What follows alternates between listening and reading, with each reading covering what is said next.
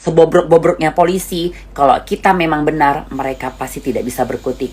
Tapi saat kita tidak bisa membuktikan kebenaran, disitulah mereka tidak akan pernah mempedulikan kita. Dan kita dianggap ODGJ.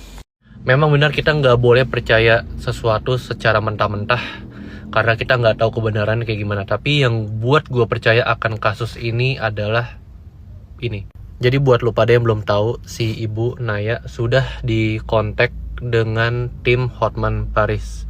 Jadi timnya Hotman Paris sudah mau bersedia buat bantu si ibu lah. Dan ini adalah isi caption dari postingannya, lu pada cek aja di IG-nya si Naya.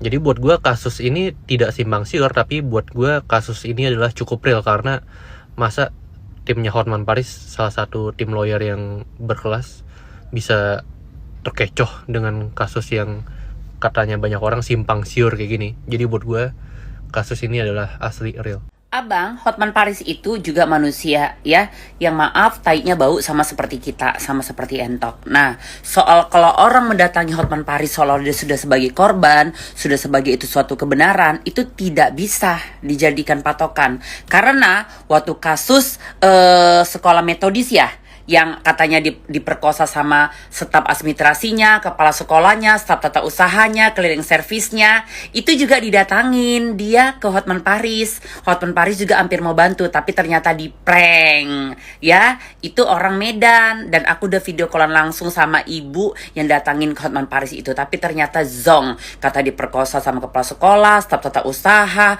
gurunya, tukang sapunya, nyatanya tidak bisa dibuktikan. Seperti itu juga. Jadi jangan pernah mendewa-dewakan orang, itu yang paling terpenting.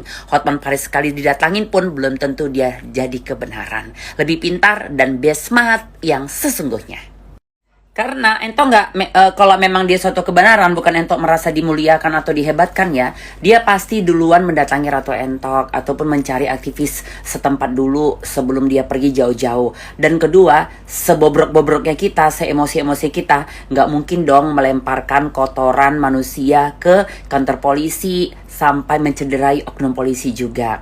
Karena orangnya pintar itu juga harus punya etika yang baik. Barbar boleh, aku juga barbar, tapi sampai harus melemparkan kotoran yang pampers yang ada kotoran sama oknum-oknum polisi, itu kayaknya tidak dibenarkan. Boleh kita speak up, boleh kita barbar, boleh kita buat video di mana aja, boleh kita marah apa aja, tapi harus tetap punya etika supaya kamu dihargain. Karena sebobrok-bobroknya polisi, kalau kita memang benar, mereka pasti tidak bisa berkutik.